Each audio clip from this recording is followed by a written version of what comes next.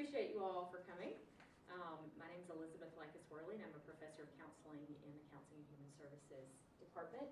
And I wanted to be able to present some research, some qualitative research, and I primarily have done qualitative research. Maybe it's because as a counselor I just always want to know the story behind the numbers. So a lot of what I have been involved in, really immersed in, is the college substance abuse literature. And the more I read, the more I really got intrigued by some trends that were happening, specifically in the college developmental age, but with women in particular. And so I'm going to tell you a little bit about that in the study that I did, and particular types of phenomenology that I used, a particular type of analysis called interpretative phenomenological analysis, IPA.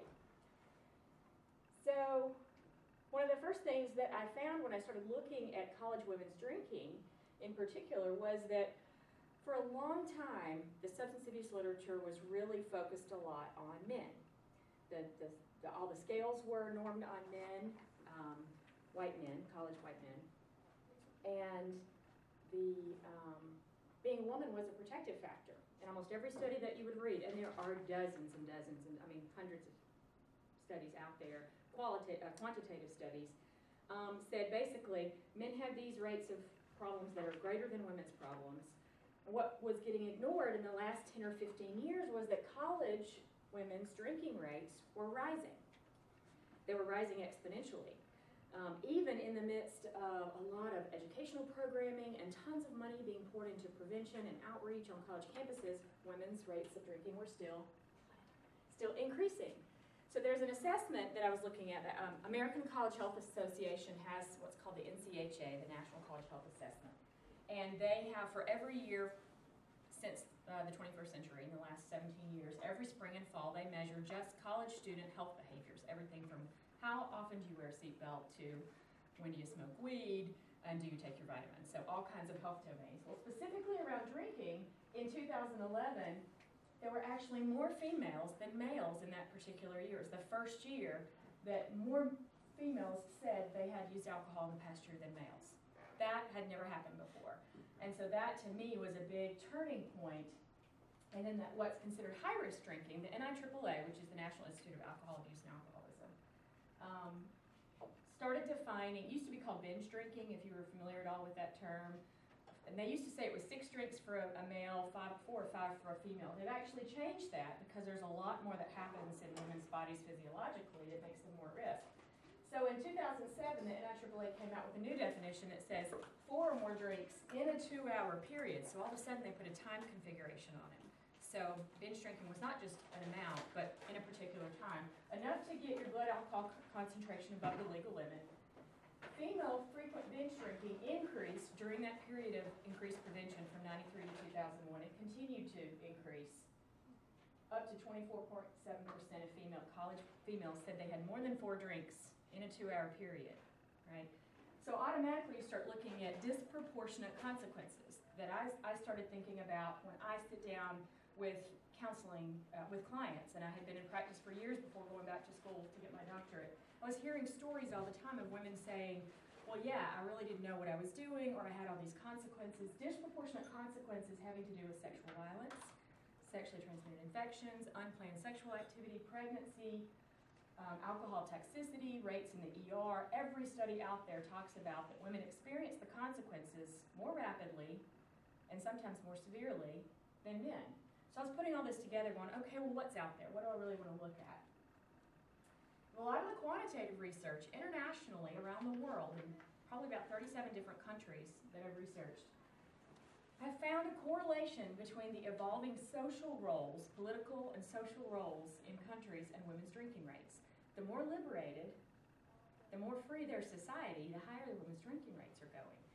And so I have to tell you, my original title of my dissertation was Anything You Can Do, I Can Do Better. Because it kind of looked at that frame as, we're equal, we can have everything you can have, including high-risk drinking consequences. So I started looking at why. Used to be a protective factor, no longer really was, especially in the college age. So when I started looking through a lot of the quantitative research, they were using the scales that were normed on men. And so they weren't really capturing what the risks were to women at the time.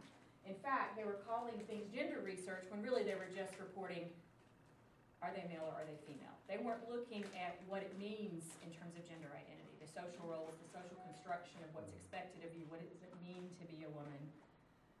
Historically, they measured them in things like the BIM sex inventory, the personality attributes questionnaire. And so those things, for 30 years, basically from the 70s up till the 2000s, they were measuring women's gender identity by things like, are you nurturing? If you endorsed traits like being nurturing, being expressive, then you were considered feminine. If you were assertive, if you were independent, if you were a leader, you were considered masculine. I wasn't really happy with that. I was really looking for something more in terms of how do you explain this increase in college women's drinking? Are there other social constructions, social roles going on? So there weren't any scales out there that I could find until I found a woman named Rosemary Hoffman. She and some of her colleagues created the Hoffman Gender Scale, and she looked at gender identity from a very different perspective. She looked at gender identity from how a person thinks of themselves. Now she has a masculine, a male scale, and a female or feminine scale that she uses. But those dimensions that she looks at are gender self-acceptance and gender self-definition. So I thought, okay, well here's a scale maybe I can use, but there really hadn't been a lot of quantitative stuff done out there with the HGS to correlate it with different variables, motivations, expectancies, a lot of the other things you find in alcohol-related literature. So I decided, what can I do with this? I really want to ask more questions about how women are viewing themselves as women. What Hoffman defined as gender self-acceptance is how comfortable a female is with being female, with her gender. If she endorses being female, how comfortable is she with that label? Gender self-definition is more about salience. How important is being a female or being a woman to your personal identity? So trying to figure out how to use that, I decided that the questions I wanted to ask were much more geared towards qualitative research and phenomenology. Did I skip a? No, I thought I skipped one on the methodology. So given the increase in the college women's drinking, given that in the United States we're obviously experiencing a lot of changes in social and cultural roles, more liberated, more evolved women, if you want to talk about that. There's maybe a possibility that my theory was there's this blurring of gender lines. If college women today didn't feel like they were constrained by some of the same expectations as before, maybe it was leading to different behaviors, different choices. So what I wanted to do is talk to college women and find out, what is it like for you to be a college woman on today's campus? What is it like for you in drinking situations? Is there any relationship between how you view yourself as a woman and your particular drinking choices? So that's how I got to phenomenology. Now, phenomenology, many of you know, is concerned much more with getting the rich descriptive stories from people, the narratives, their lived experience of a particular phenomenon. And what the phenomenon I was looking at was college women. What is it like to be a college woman today? What's changed? And they might not see it as change. They just might see it as what is. I would be comparing it to things have changed. So Moustakis and Husserl are two well-known phenomenologists. But I decided, after doing some research on health psychology and some social sciences, I decided to go with a guy named Jonathan Smith, who created is the best word for it, interpretative phenomenological analysis, which basically wants to look at how people are making meaning of their worlds, the social construction of certain concepts. And I thought, well, that sounds like a good fit. And IPA really it's centered around what's a double hermeneutic. The participants are trying to make sense of something, a concept that we want to ask them about, and then the researchers are then making sense of their responses. So we had two levels of meaning making going on through our data analysis, and I'll talk a little bit more about that in just a minute. But what I decided to do initially, I wanted to find out if there was a difference in types of drinking choices based on high risk and low risk drinking. So although you could loosely call this a mixed method study, it's mostly qualitative. What I did do on the front end is used a really simple alcohol online questionnaire called the Audit. It's the most widely used alcohol screening for college students. It's 10 items, easy to score, and there's a lot of literature out there on what the cutoffs should be. So I divided, with all the participants that I recruited, college women, they had to be current drinkers, so their inclusion criteria. They had to have had a drink in the last 2 weeks, consider themselves a current drinker. I wanted to look at the traditional college age between 18 and 24 because that's the phenomenon where this increase was happening. And then when they took the audit, if they scored between a 0 or 6, they were considered low risk. If they scored 7 or if they were considered high risk. So I did 2 separate focus groups, and I really wanted to look at the differences in their responses based on high risk and low risk drinking. And again, the focus group part of this allowed me to observe some of the meaning making happening in front of me. When I would ask questions, it was really fascinating to see how one would answer and then they would all pile on and jump on each other's stories and either corroborate it or say, no, my experience was really different. So I really got an opportunity to follow up in a semi-structured style right there in the moment in these focus groups. And we did IPA specifically, not just phenomenology, but IPA really looks at very, very small sample sizes. IPA can actually be done in single case, research design. Focus groups can be anywhere from 3 to 8, that type of thing. I was wondering, for a minute there I thought IPA meant India Pale Ale. I know. Well, and of course, because it was a drinking study, most of the college students that I talked to said, oh yeah, I know a lot about IPA. I'm like, that's not the kind of IPA I'm talking about. But thank you for making that connection. So what I ended up doing is using a couple of instruments. I ended up using the Hoffman Gender Scale in the middle of the focus group. And the reason I did this is because in talking with some of the people on my research team and some of the women's and gender studies professors, they said, you know, a lot of people can't really describe what it's like to be a woman because it's sort of like a fish describing water.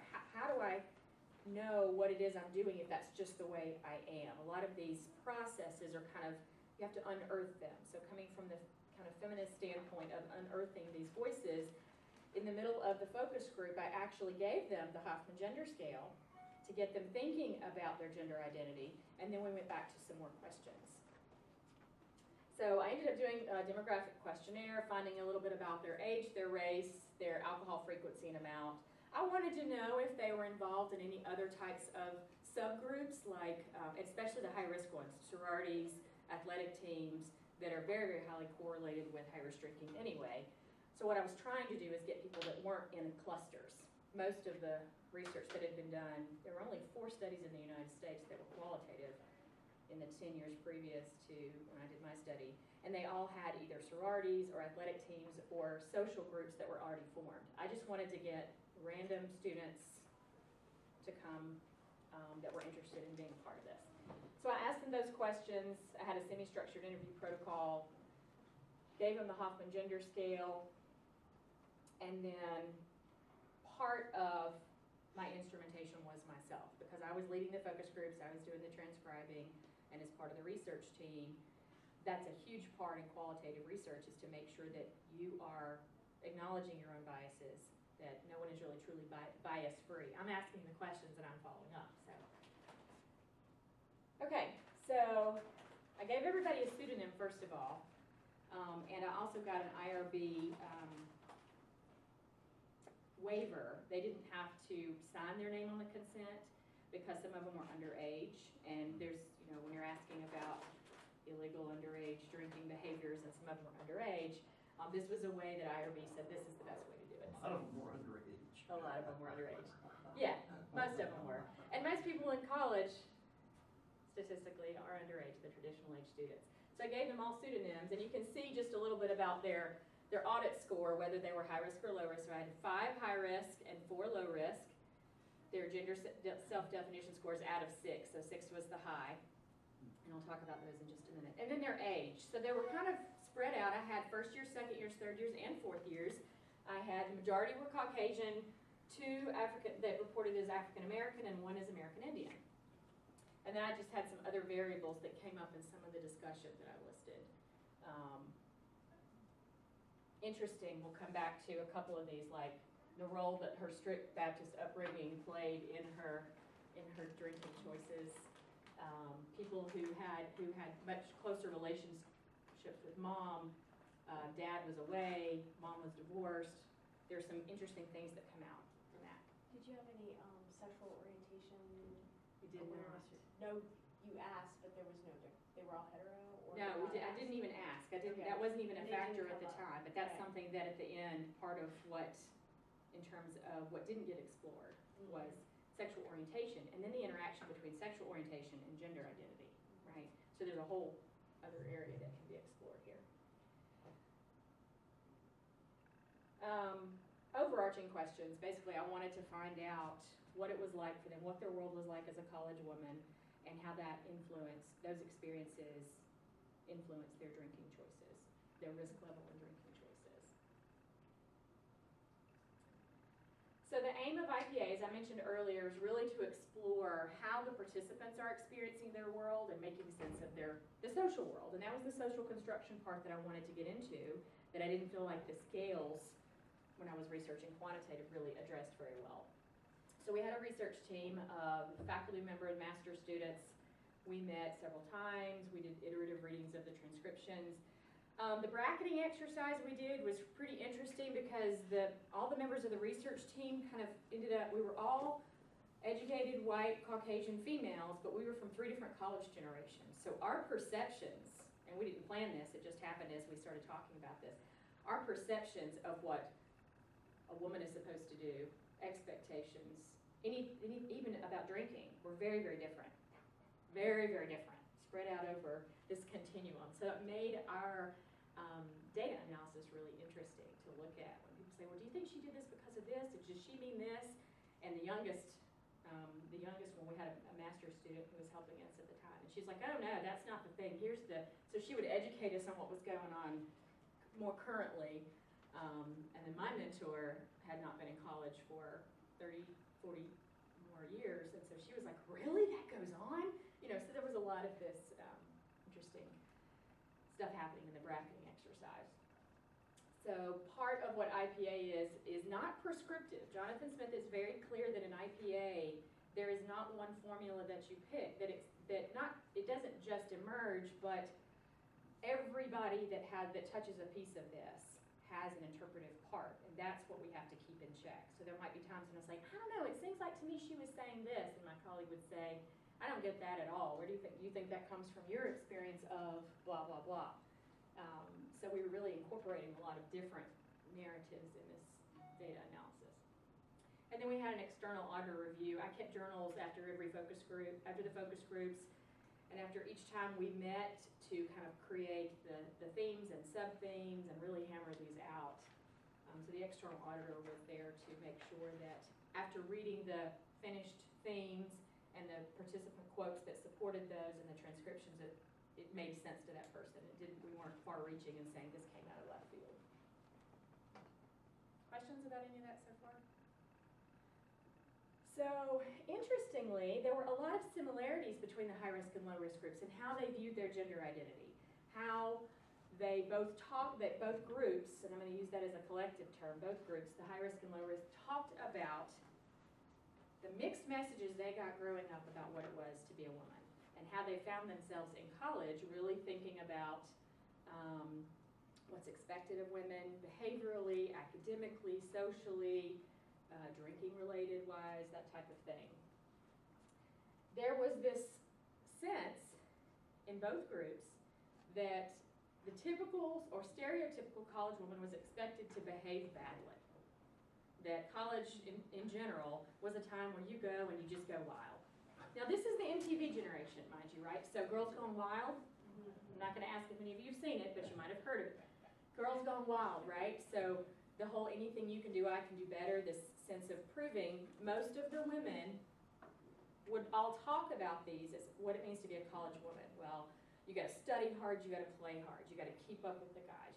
It was all in a very heteronormative, male-dominated culture, women trying to be a part of this male-dominated world, which I just absolutely ate up and loved. But I'll talk more about that later.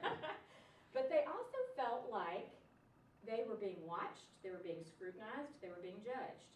Not just by men, but by women, right? Some of them talked about it in terms of being leered at, being sort of the male gaze, if you are familiar at all with a lot of the feminist narratives, feminist research methodology, the male gaze.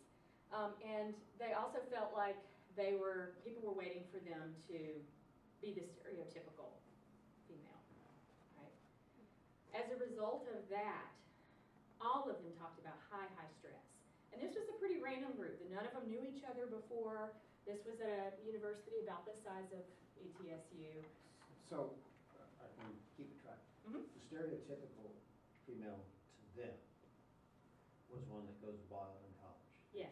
On Girls Gone Wild. Right, that media-driven image, MTV, on spring break you go off and you're participating in these games, you're trashed. And so they felt like that was what people expected them to do and to be. And they were also supposed to make sure that you succeed, make sure you go to class, make sure you're involved in community service, and if you go to church, then be involved in your church group. So there was this enormous stress of having this duality, of having to live these two lives. And I don't know if any of you have seen, about 10 years ago, Bacardi came up with this series of ads on posters and on billboards, and it was called Bacardi by Day. No, it was like Librarian by Day, Bacardi by Night, and the screen was set in two, right? Woman with a tight little bun and a little black pencil skirt, and she's got the pencil behind her ear.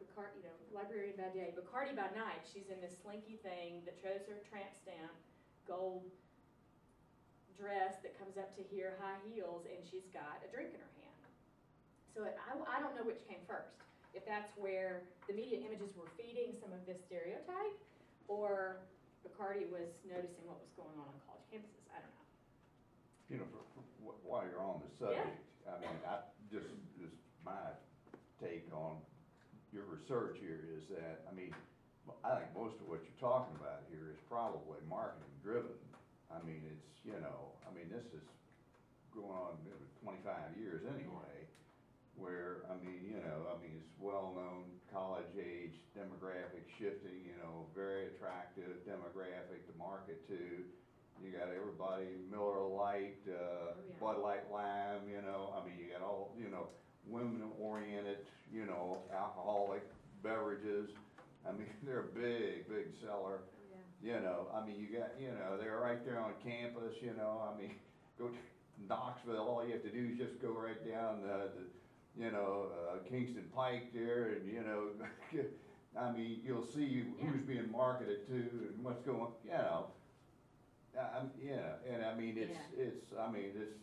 that's, they're targeting that population, and then, it works. And it's working. Yeah. And a lot of the college women I would talk to say, oh, no, I don't really pay much attention to TV and marketing. Yeah.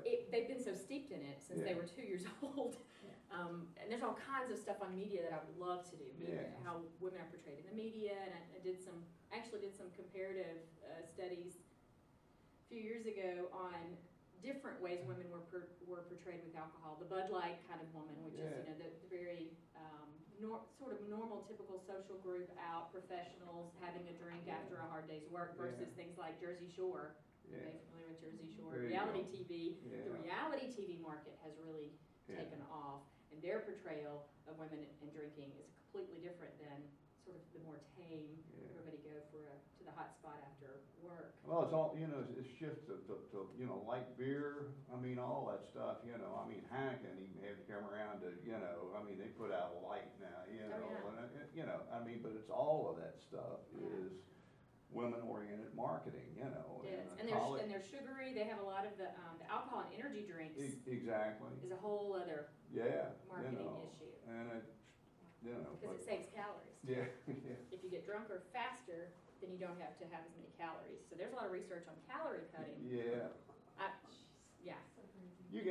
Have you watched like Fox News has been running a thing on, going down to the beach, we're at Padre Island and all this stuff, you can see. And students feel like they have to live up to that. If they just have a tame spring break and they come back and say, well, what did you do? if they don't have some good story about it, they're somehow missing out. Yeah, exactly, I mean, anyhow, but Yeah. there you go. So that's a big piece of it, is Yeah. marketing, and that's, originally I wanted to incorporate media in this too, and there was just too much. It's Yeah. a study that's in my head. Well, But- when you combine the media part that you're talking about, plus the fact that typically when one goes off to college, it's a Mhm. much different environment that you've been in before. Much more opportunity to Yeah. do things, Yeah. much more freedom. And I think there again,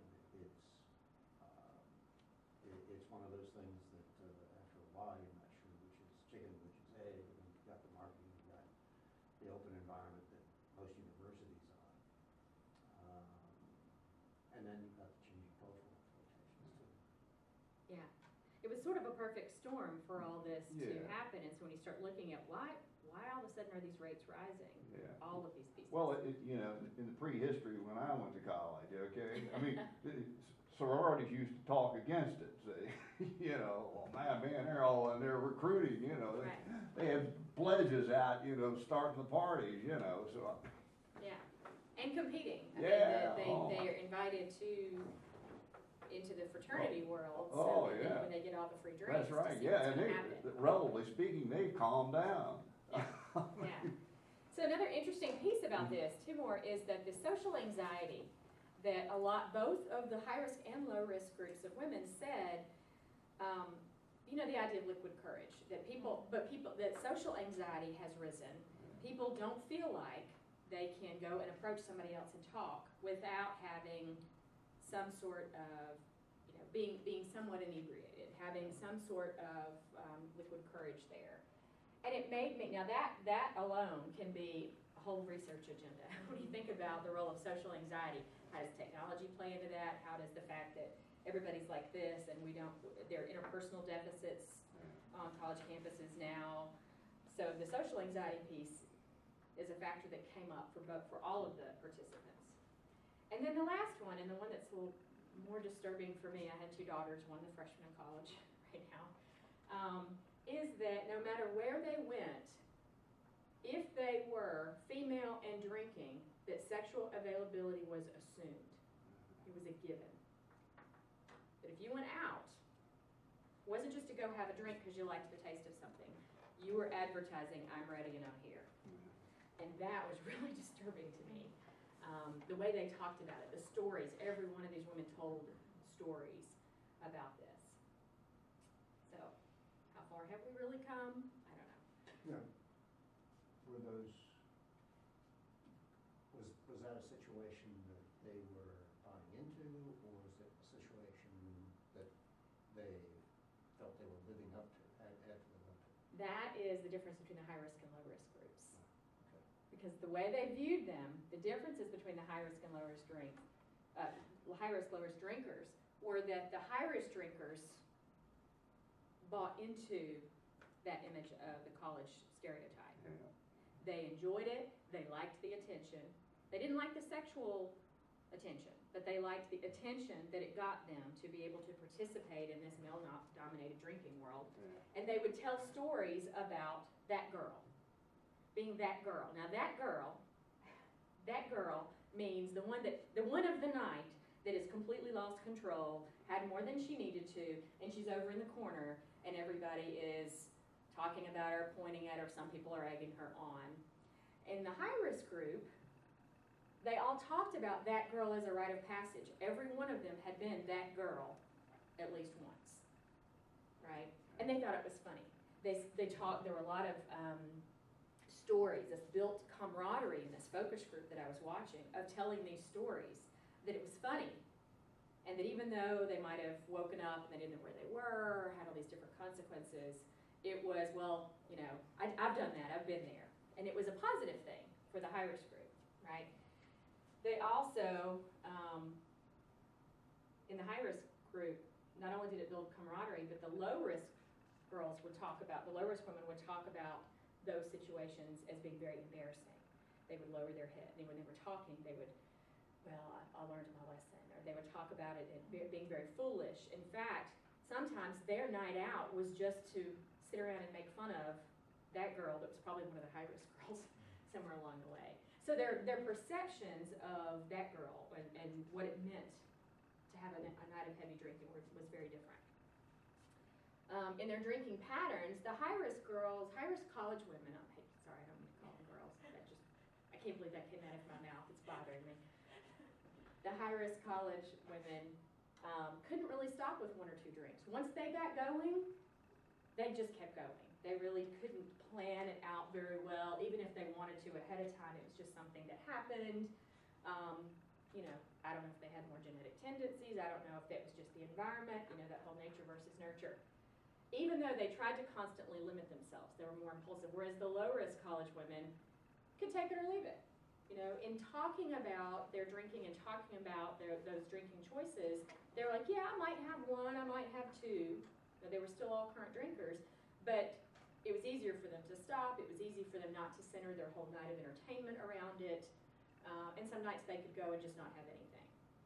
The high-risk women could not be at a party without having something because they were so socially anxious. Right. So that's part of their motivation. This is how we meet people. This is part of college. I can't do it without this. Some more differences in terms of gender identity, and this was very different than the stuff that was coming out. There are a couple of studies in the 80s and 90s that said, you know, the more traditional gender identity, the less you drink. In my experiences with these particular group of college women, it was actually the opposite. The high-risk women really identified as feminists. They really identified with their mothers. They were all raised exclusively by their mothers. Their fathers were either absent, they were in the military, they were divorced, they were gone. So there was an absence of role models, male role models, positive male role models, very much aligned with their mothers. But also were taught you can do and be anything you want to be. And so they took that into every aspect of their lives. So it was really interesting that the high-risk groups, they were the ones that really bought into the more feminine. They scored higher on those scales of gender self-definition and gender self-acceptance. The high-risk drinkers than the low-risk. The low-risk group as a collective talked about, yeah, gender's not that important to me. I would describe myself with other adjectives, like I'm caring, and I'm smart, and I'm this. The high-risk girls, oh no, I love being a woman. I love dressing up. I love going out. I put on my hot girl's disguise. Terms that they used. Hot girl's disguise when they would go out. How recent was this? 2012. Yeah. So they put a premium on some of those really stereotypical things that it had some of the people in the women's and gender studies, their skin was crawling when I talked about this study. They're like, really? All the work we've done over 40 years and this is what people that identify as feminists say? So it seems very odd, but part of it was, if I can do and be anything that I want to be, then I can be in this realm too. I could be just as good a drinker and show up to my classes and beat you. My GPA can be higher than yours. And be a girl. And be a girl. Be a girl. So I don't know. This was just, you know, one group of 9 women, but it was one of the biggest things we found. The low-risk women didn't really care about their appearance very much. And they talked about being tomboys, and the only conversations they talked about with their mothers generally were their mothers telling them they needed to dress nicer and be more girly. And they didn't have very good relationships with their mothers. They were much more aligned with the father figures in their lives and had healthy relationships with their fathers. So, what else? Am I missing anything on there? The interesting thing was I had my statistician look at this, because when I did the Hoffman gender scale, I said, well, I'm sure the sample size is too small really to find out if there's any differences. We ran the high risk and low risk scores on the Hoffman gender scale, and even with 9 people, it was statistically significant in the gender self-definition. Their salience, how important being a woman or female was to the high risk group versus to the low risk group.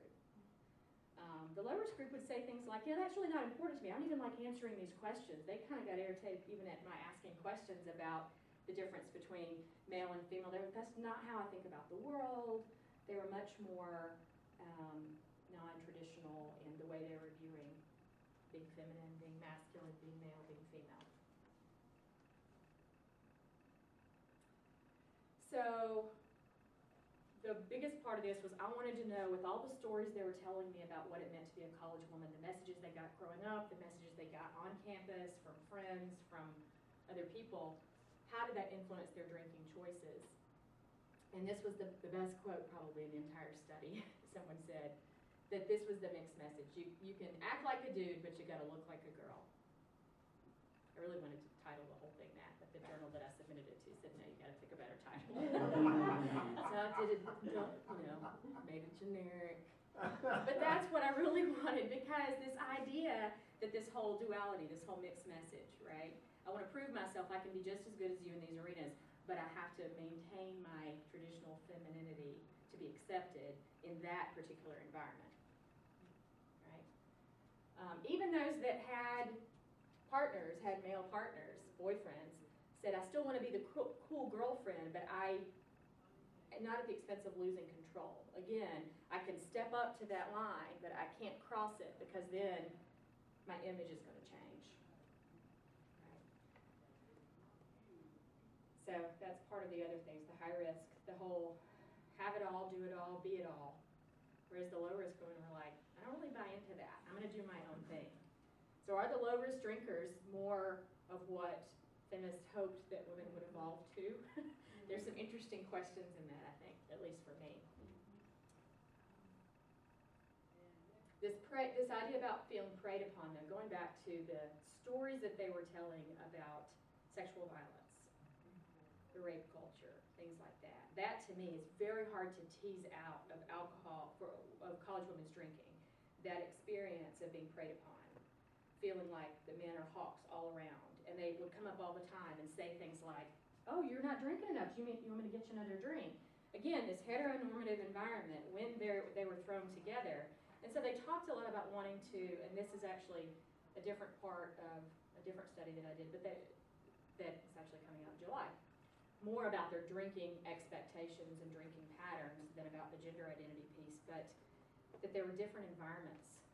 Drinking with small groups of women friends was a very different experience than drinking in a male-female environment.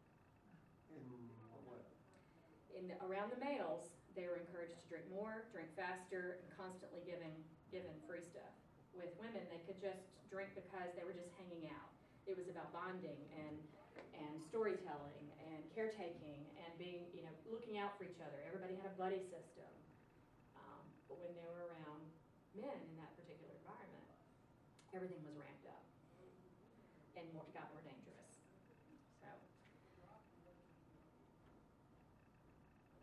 So a couple of different things in the counseling world and in the substance abuse world, which is where I had lived for a long time, is really making it a point to assess how a woman is thinking about her gender identity, or how Hoffman is framing her gender identity. When you start talking about their role in their drinking choices, right? Where are you getting these influences? Who is impacting you? How do you make these choices? But a lot of it had to do with how would you go about even addressing this in small groups, talking about the sexuality, the mixed messages, the motivations, what kind of position are you putting yourself in, but larger than that, what kind of system, what kind of college culture, campus culture have we created, either with the media or with MTV? And then, of course, the social anxiety piece as a drinking influence and as a motivator. Was this done here? No. Okay. In the Southeast, is it a university similar to ETSU? Yes, and what I didn't say at the beginning, I have a lot more I probably could have said, is there were only 4 in the United States, 4 qualitative studies on college women's drinking that had been done, and 1 was in the Midwest, 1 was in Florida, and 2 were in Massachusetts. That's what I was thinking. I wonder how different it would be doing this somewhere in a more typically liberal area like Northeast versus more of this Bible Belt area. Right. And this one was in North focus groups. Carolina, so when I wrote it up, a lot of it had to do with, I wondered if this particular group, if these themes would come up because of being in the Southeast Right. and the implications, the Right, social, yeah, it's just a bit, cultural implications. absolutely, so I just wonder, that would be really fascinating, to see. Yeah, Or like Northwest area versus, I don't know. yeah. So there's a lot of different, I mean, I could come up with at least 10 different new projects out of this one. Yeah. One having to do with, and doing the same thing with men. What does it mean to be a college male? Ideas of masculinity. How has that changed over, from 20 years ago, 40 years ago? A lot of collaborative programming opportunities with other public health, women's and gender studies, all kinds of groups that are working on some of these issues that came out of the themes. Of course, the media influence. I actually started this with media influence and it just got too big, so I had to cut out some pieces. Sexual orientation, right, is a factor, and as an interface. How does it interplay with gender identity and high-risk drinking? I was also curious to see if single-sex universities versus co-eds, do women's drinking does it look different? Because in a couple of the places that they measured in that 1993 to 2001 period, the high-risk drinking at women's single-sex universities was the most increased of all the different categories. So there's something else going on that can't quite put my finger on, but there's a lot of different angles to look at this.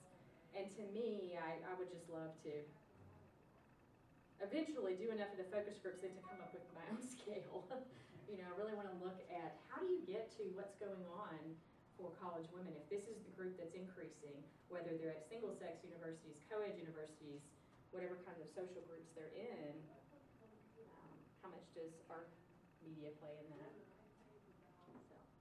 Well, you're maybe not to the end here, but what are you, where does this go in terms of educational application? I assume this is something like that people, like college student affairs, this is some kind of thing they're interested in. Yeah, and that's actually, I came from the student affairs role. I was actually the substance abuse educator on 2 different college campuses before I went back to school. And actually, here on ETSU's Counseling Center, Mina McVeigh, who was in the Counseling Center, used to do all the alcohol and drug program outreach, and now she does all the outreach, and they've hired someone else to do the AOD part. She and I sat down when I first got here and talked about this, and just anecdotally, a lot of university and college counselors know this, but there's not a lot of research out there to bridge it. So that's part of what I want to help do, is bridge the research to practice gap. How do you then take this to a campus and do this differently? Because in the public health model, you can change the knowledge. They've got the knowledge, but the behaviors aren't changing for some reason. You had a question? Very good, thank you. 2 things I thought of. Yeah. Because you've got this age group, and your amygdala that makes you do all those impulsive things. Oh, yeah. And their prefrontal cortex is just not even closed till they're 25, 26. So you've got the really most vulnerable age group right there. And I know that probably a lot of the research looks at that, latest in brain science. But I think that if you, and you're right, what do? Do we talk about it? Do we do it with small groups? Do we do it when they first come in? Do we do it when they have their introductory courses? They're probably not as ready. Maybe it has to be ongoing and kind of a blitz. Yeah, and that's actually how that's looked at in the NIAAA and the Higher Ed Center and the people that we have to do the Drug-Free Schools and Communities Act every 2 years, the biennial report that says, what are you doing on your college campus? They actually recommend this comprehensive substance abuse prevention program that has dosing for all 4 years. They do different things as a freshman than you do as a sophomore and a junior. They're gonna be so different, and I'm glad you had that whole range of ages and grade levels, because when they come in, they're like deer in the headlights anyway, and so you can lead them around to do anything. They're very easily influenced. Their little impulse control is very, very weak, I guess. Yeah. But the other thing I was thinking is maybe the media, not just commercials, but look at all of our TV shows that do have female lead roles, but they're all smart, brilliant, and gorgeous. And they're wearing high heels, and they're running around after criminals and being lawyers. But they're all, you know what I'm saying, they're all dressed to the nines, and they all look like models. Well, it's a very feminine stereotype. I know. that's who they aspire to be. And not that a beautiful woman can't be brilliant, I mean, there's some right here. But, you know, it's just that they show them as being so dressed up and so unreal. Right. I mean, seriously, we have to break that stereotype. Although I do think there are certain shows that are portraying, like, what's her name, what's her name? Oh, from The Big Bang Theory. Yes, who I think is very beautiful, by the way, but she's brilliant. But there's shows like that, Big Bang Theory, where they portray women in a different way. I mean, they're not all the. That's true. Yeah, Yeah. and they are becoming very popular shows, Oh, right? yeah.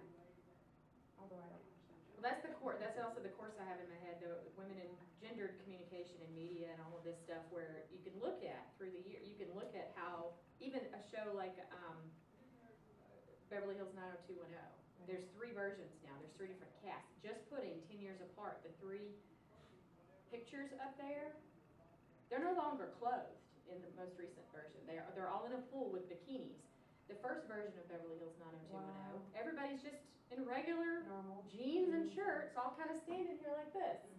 And then in the version now, they're all, and of course they get somebody who's 28 to play the 16-year-old Right. with the perfect body in the pool, and they're all having parties and drinking, and these are supposed to be geared towards high school age, right?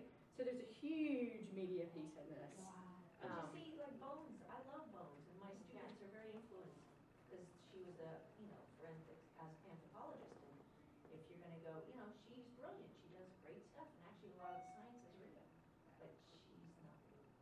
She's not real. Elizabeth? Yeah. Either in your study or maybe some that are related to it, what about the age of onset of drinking? Does that discriminate between the high and low risk of that in any way? Most of them started around the same time. They say if you are drinking regularly by the age of 15, you're 4 times more likely to develop some sort of dependence issue, addiction issue. Men can start earlier than women, and women can, there's a concept called telescoping, where women can start much later and develop more serious issues, health issues, physical issues, emotional issues, everything else, in a much shorter period of time. So the interesting thing is, for women, they don't even have to start as early as men to experience those types of health risks. Let me ask you a question. Where do you locate the problem here? I mean, what, you know? I mean, you know, which gets to where you're gonna intervene. Yeah. Well, you know, it's interesting, having raised 2 daughters, I think anything that they ended up watching on TV, I found myself being just a ridiculous mom. Like, stop, okay, wait a minute, hold on, let's stop that for a second. You guys know what's going on here? Everything became a teachable moment. I was like, do you see what he just did? Do you see what he just said? Because everything, what I kept figuring out is how early do you start in prevention of how people are treated, what is okay for a man, what is okay for a woman. And there's that middle school phenomenon where you take what girls, you know, they're achieving at higher levels than boys, and they get out of elementary school, go through middle school, and by the time they get to high school, all of these factors have dropped for the girls in terms of achievement, self-efficacy, confidence. I think there's something that's going on in middle school. I don't think it's necessarily a lot of drinking and drugs, although that does happen, but it's starting to build the foundation of how you think of yourself. So that when you get to high school, then they're making these choices, and most of them will start by the age of 16. 80 to 90% of people have tried alcohol, for instance. And then in college, it kind of blows up, and there's huge numbers of people that are using it, but at different levels and risk levels. And then do you target just the high risk? Do you target everybody campus-wide? Do you target those that aren't making those choices to see what's working and promote those types of behaviors? So there's lots of different fingers to this. I'm sorry, Janet, go ahead. I was just gonna say, do you have any sense of it, if it's increasing at this age, what about right after this age? So there's something about this can increase and they can engage in high risk behavior until they graduate. Yeah. But then they don't maintain that behavior necessarily. Right. only about a third of the high-risk drinkers maintain that level, and those are the ones that end up with addiction issues and end up in facilities, and they start tracking them in different ways. So So- what is it that happens between graduating from college, because I don't think it's the diploma. I think it's both. I think, because you're pointing to your, yeah, it's the Right, frontal lobe, right. because they're hitting a different developmental age, but they're also getting out of the environment that perpetuates it. So I think it's both, and I think we have to address both. In your focus groups, when they were sharing stories, because you said they found a kind of a camaraderie in that too, but when they shared the stories, you think it influenced you, about hearing about one person and saying, oh, okay, it makes them think a little bit, I'm not the only one that's doing this, of course, they probably have their small circle of friends. Yeah. I don't know, I'm just saying, sharing stories Yeah. usually helps. Well, the low risk, I think it solidified that they were making, we don't need to make those kinds of choices. In the high risk group, what happened was a different thing that happened within the high risk group, the within group differences, where the seniors talked about it differently than the first year, and they talked about how, well, I used to do that, but now I've got a job, an internship, and I can't afford to go out as much. I can't afford because of my grades, I also can't afford because I'm working. Whereas for the freshmen, it was get as much as you can while you can, because you don't know how much longer it's gonna last. So that was actually one of my kind of questions too, because I've taught our freshman seminar, our freshman introductory course, and when I brought up, we had one or two lessons that were about substance abuse, there was this kind of general groan in the group, like, oh, we're gonna talk about that again. And because They've I heard think- about Yeah, it. they've been inundated in high school, et cetera, but, so I wondered if there was an effect of the upperclassmen's experience on the first year student experience, if you had. As a part of the intervention? Yeah, as a part of the, even if just Peer mentors. discussing the culture, discussing, hey, this is the campus culture from, and this is what happens, that kind of story. I wonder what the Yeah. effects of that really turns out to be. See, I think that's a great piece of an intervention that could happen, is this peer mentoring. Now, there's always this group of people that have to learn the hard way, learn for themselves. And actually, the high-risk drinkers were more of that ilk than the low-risk drinkers. The low-risk drinkers would say, yeah, I could watch my older brother, I could watch my friends go through that, and I knew I didn't want to do that. Whereas the high-risk drinkers were like, yeah, I said I wasn't going to do that, and my friends did, but I did it anyway, and it was kind of funny. So they had to experience it themselves. So I don't know what specifically would help with the high-risk drinkers. Yeah, would peer mentoring help? Would talking about that culture, just promoting healthier behaviors on campus? If you saw that as often as you saw the other piece, would that change? Because we just don't see. I think I know where to intervene. We're the ones who ought to intervene, alright? If more of college time was spent doing the academics that everybody is presumably here to do, okay? It wouldn't be nearly as involved in, that's the party hardy, Yeah. every chance you get, Give them more homework. Well, and the highest correlates are football teams and fraternities. Yeah, that's right, I mean, that has been clear for the last Well, 3 decades of literature. think Unfortunately. too, like during football season, and it started here at TSU some years ago, what happens on a Saturday? And now That's the right. university opens itself up, That's for a right. tailgate. That's right. And there's availability of alcohol and that kind of thing. Yeah. But you think about it, I mean, places, people don't go to medical school or law school and stuff, and they're out wiped out every night, because you can't function, Well, unfortunately, some do. Huh? Some do. Well, But there's look something out. about that culture that we've created. This is what college time is for, that the high-risk group is Well, bought I into. will say, Yeah. just as a personal sharing, maybe this is TMI, but I recognize some of those things, like when I was an undergrad in that spring break, like Oh, yeah. just these stories, and then when I was a teacher for 7 years, and then I went back into a doc program, and I never went out, I never drank really when I was a teacher, it was rare. And then as soon as I went back into the doc program, it was this, I definitely started drinking more, going out more. How do you deal with stress? Yeah, well, and it was also just like this That was bonding the- time, you had You to haven't let stopped loose. since, right? But, Then It she became was. associate and that just ramped up. right, but it is just, I was Yeah. just thinking about myself, Yeah. not Well, my and master's program, In but. any of those age groups, people that are in college are drinking more heavily than their non-college age peers. Yeah. I mean, non-college, the same, Right, I didn't say that right. That's Non-college going, the same age Right. peers. Yeah, exactly, It's because something they had about jobs in the real world, you gotta function, you know, I mean, you Yeah. know. Well, thank you. Yeah, Yeah. thanks for coming. Yes.